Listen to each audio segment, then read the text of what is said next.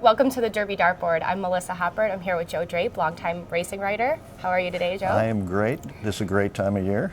The Derby's getting really closer now, and what do you think about the storylines coming into this Derby? You know, it's interesting. That's what the casual fan hooks onto. I mean, 30 million people will watch the Derby because it is our oldest and greatest race, and they get hooked on the people. Todd Pletcher, the super trainer, has 5 horses. He's got a quarter of the field. Orb is owned by the Phipps family, who basically are the pilgrims of horse racing. I mean, they've bred and owned horses since the beginning of the time. And you're working on a heck of a story right now, too, aren't you?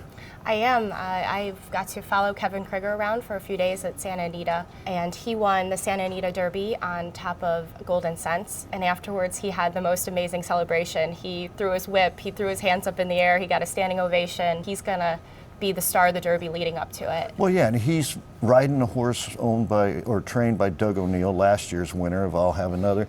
And if he wins, he'll be the first African-American jockey that have won the Derby since 1902. So, you know, it is a milestone. It brings a little history to life. What makes the Derby special for those who haven't been? You know, it's the hats, it's the mint juleps, it's the party. Horse racing is America's oldest sport. It's older than baseball.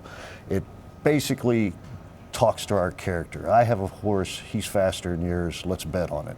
And you know, that's the way it all started. And so you have the party aspect, you get a fact that, you know, hundreds of millions of dollars will be bet on it. You have the fashion, you have the celebrity. It's when we celebrate horse racing the one day of the year. And I love how the crowd is just really a slice of Americana. You know, you have the millionaires, you have the bettors, you have the people partying in the outfield. And you know, everybody really wants to know who we're picking. Do you know who you're going to pick here?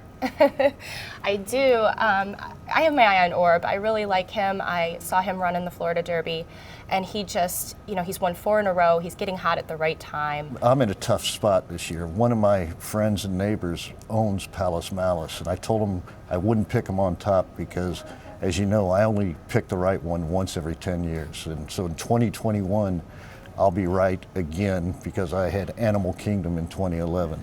So I'm going to root for Palace Malice. I'm going to probably think It's My Lucky Day is going to win that race. He's done nothing wrong or beat him in the Florida Derby, but he had been off for 6 weeks.